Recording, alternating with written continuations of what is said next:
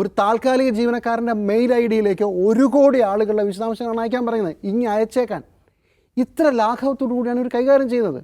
കിടപ്പുണ്ട് സർക്കാരിൻ്റെ, ഞാൻ പറഞ്ഞില്ലേ, KSEBയുടെയോ വാട്ടർ അതോറിറ്റിയുടെ ഒക്കെ മുമ്പിൽ ഇതുപോലെ ഡാറ്റ കിടപ്പുണ്ട്. ഈ ഡാറ്റയുടെ വില എന്താണെന്ന് മനസ്സിലാകാത്ത പൊട്ടന്മാരല്ല കേരളം ഭരിക്കുന്നത്, കേരളത്തെ ഭരണ സംവിധാനത്തിന് കൂടെ നിൽക്കുന്ന ഉദ്യോഗസ്ഥർ.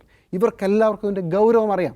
പക്ഷേ ഇലക്ഷനാണ്, എങ്ങനെയെങ്കിലും ഈ സാധനം മറികടക്കാനും ഈ ഡാറ്റ ഉപയോഗിച്ച് അവർക്ക് അനുകൂലമായ കാര്യങ്ങൾ തീരുമാനിക്കാനും വേണ്ടിയിട്ടാണ് ഇത് ചെയ്യുന്നത്. അതിനിടയ്ക്ക് ഇടതുപക്ഷം വളരെ പ്രധാനപ്പെട്ടതാണെന്ന് ഉറച്ചു വിശ്വസിക്കുന്ന പല കാര്യങ്ങളുമാണ് കൈവിട്ടു പോകുന്നത്. ഇതിൻ്റെ കുഴപ്പം എന്താണെന്ന് വെച്ചാൽ, ഇപ്പോൾ കോൺഗ്രസ് പല സംസ്ഥാനങ്ങളിലും പെട്ടുപോകുന്നത്, നമ്മളിവിടെ പല കാര്യങ്ങളും കോൺഗ്രസ് പറയുമ്പോൾ കോൺഗ്രസ് വിളിക്കും, നിങ്ങൾ മറ്റേ PM ശ്രീ പല സംസ്ഥാനങ്ങളും നടപ്പിലാക്കിയിട്ടുണ്ടല്ലോ, പിന്നെ നിങ്ങൾക്ക് എന്താ ഇവിടെ ന്യായം എന്ന് പറയുമ്പോൾ കോൺഗ്രസ്സുകാർ അത് പിന്നെ എന്നൊക്കെ പറഞ്ഞ് പൊളിഞ്ഞു പോകുന്ന നമ്മൾ കണ്ടിട്ടുണ്ട്. ഇതേ അവസ്ഥയിലേക്ക് ഇന്ത്യയിലെ ഇടതുപക്ഷത്തെ ഈ സർക്കാർ കൊണ്ടെത്തിക്കും.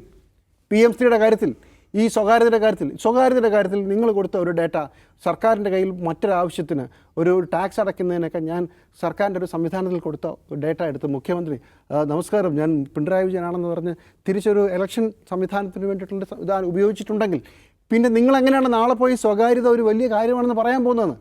അപ്പോൾ ഇത് ഈ ഇലക്ഷനിൻ്റെ പ്രശ്നം മാത്രമല്ല, ഇടതുപക്ഷത്തിൻ്റെ നയങ്ങളെ തന്നെ പരാജയപ്പെടുത്തുന്ന ഒരു സംവിധാനമാണ്. അതിനൊരു ഉദാഹരണം പറഞ്ഞു നിർത്താം. PM ശ്രീ ഒരു ഗംഭീര സാധനമാണെന്ന് കണ്ടപ്പോഴാണ് എനിക്ക് മനസ്സിലായെന്ന് പറഞ്ഞ ഒരു മന്ത്രി, ഒരു വിദ്യാഭ്യാസ മന്ത്രി ഇരിക്കുന്ന ഒരു സ്റ്റേറ്റാണ്. എവിടാ PM ശ്രീക്കെതിരെ കേന്ദ്ര നയത്തിനെതിരെ ഘോരഘോരം പ്രസംഗിക്കുകയും ഘോരഘോരം പ്രമേയങ്ങൾ പാസ്സാക്കുകയും ഡൽഹിയിലൊക്കെ വലിയ പ്രശ്നം ഉണ്ടാക്കുകയും ചെയ്ത ഒരു പാർട്ടിയുടെ സംസ്ഥാന കമ്മിറ്റി അംഗവും പാർട്ടിയുടെ മന്ത്രിയുമായ ശ്രീ ശിവൻകുട്ടി പറയുകയാണ് PM ശ്രീ വളരെ മോശമാണെന്ന് ഞാൻ വിചാരിച്ചിരുന്നത്, പക്ഷേ ഇപ്പോൾ എനിക്ക് മനസ്സിലായ നല്ല കാര്യമാണെന്ന്. ഇതാണ് CPMൻ്റെ അവസ്ഥ. അത് PM ശ്രീയുടെ കാര്യത്തിൽ അങ്ങനെയാണ്, സ്വകാര്യയുടെ കാര്യത്തിൽ അങ്ങനെയാണ്. ഇവിടെ ഭരണമല്ലാതെ വേറെ ഒരു കാര്യത്തെക്കുറിച്ചും ആത്മാർത്ഥമായി പറയുന്നതിനോട് എന്തെങ്കിലും ആത്മാർത്ഥം ഉണ്ടെന്ന് ചോദിച്ചാൽ ഇല്ല എന്നുള്ളതാണ് കഷ്ടകാലത്തിന് സ്ഥിതി.